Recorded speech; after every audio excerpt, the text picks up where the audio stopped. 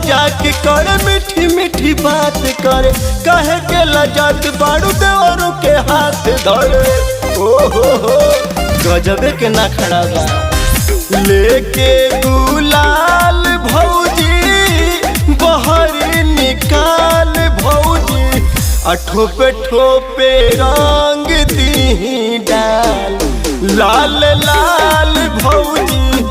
बाटे टमाटर जैसन गाल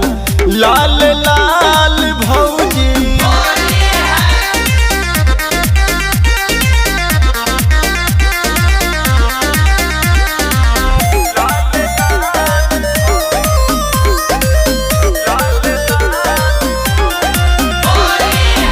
होली में डलवाले तू रंग यही चोली में होली में घर से तू बाहर निकल भौजी हमारो कहला का तू कल भौजी जदी परेशान करबू रंगवा जियान करबू तक दे हब हमहू बवाल एही साल भौजी ठोपे ठोपे रंग दी डाल लाल लाल भौजी।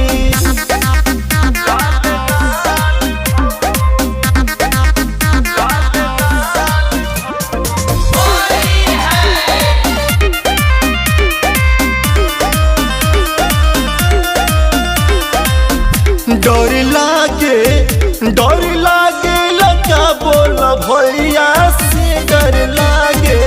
भैया ई बात जान पाई है ना जानिए तब खिसियाई है ना काहे कि फगुआ के हक होला बबुआ के उहो तो गलई है कतही दाल जाल डाल भौजी ठोपे ठोपे रंग दी डाल लाल लाल भौजी।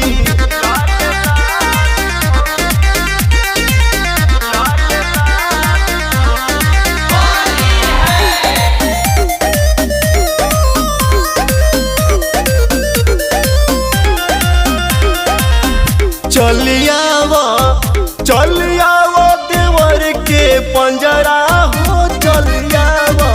काहे के बत्तियां बनावताड़ू हो दूर से मन ललचावताड़ू हो राजवीर बेदारा दी के कैल गुंडा गारा दी के देखल नहीं खुआ बहिले कमाल आधा माल भौ